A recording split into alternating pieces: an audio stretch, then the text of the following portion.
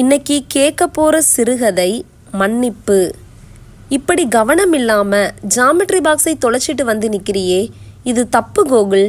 இருந்தாலும் உன்னை மன்னிச்சிடுறேன், நாளைக்கு வேற ஜாமெட்ரி பாக்ஸ் வாங்கி தர்றேன் என்று மகனிடம் தன் மனைவி ரேவதி சொல்வதை கேட்டு கொண்டிருந்தான் கணேசன்.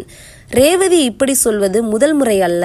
சில வருடங்களாகவே அவள் கோகுலிடம் இப்படித்தான் நடந்து கொள்கிறாள்.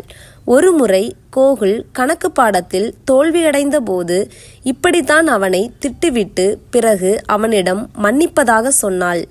படிக்காமல் விளையாடிவிட்டு வந்தாலும் வீட்டு பொருட்களை கைதவறி உடைத்தாலும் இப்படித்தான். முதலில் அவன் செய்தது தப்பு என்று கண்டித்துவிட்டு பிறகு மன்னித்து விடுவதாக சொல்லிவிடுவாள் ரேவதி. ஏன் ரேவதி, கோகுல் செய்கிற தப்புகளை எப்படியும் மன்னிக்கத்தான் போற, பிறகு எதுக்காக அவன்கிட்ட அது தப்புன்னு சொல்லி தேவையில்லாம குற்ற உணர்ச்சியை தூண்டி விடுற? ரேவதியை தனியாக அழைத்து கேட்டான் கணேசன். கோகுல் இப்ப டீனேஜ்ல இருக்கான்.